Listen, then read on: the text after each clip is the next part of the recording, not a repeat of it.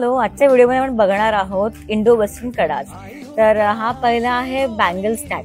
हे तुम्ही एकच घातलं तरी बास होतं। हे तुम्हाला पण जे जास्ती बँगल्स घालतो ना त्याच्यापेक्षा हा एकच कडा घालायचा, हा छान दिसतो।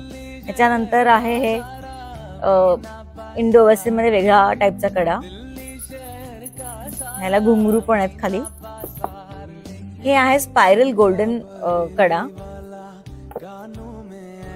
हा पण खूप छान आहे, ब्रॉड आहे। हा एक घातला तरी मस्त आहे। हा तुम्ही वेगळ्या वेगळ्या म्हणजे डिनर्स ना किंवा काय तेव्हा एकच कडा घालू शकता।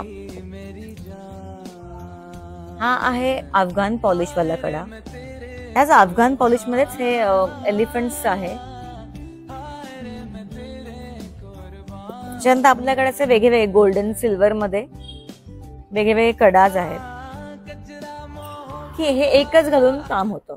खूप छान छान आहे, दिसायला पण खूप छान दिसतं। तर हे सगळं शॉप करण्यासाठी नक्की विजिट करा कोरा Kothrud Pune. Thank you so much.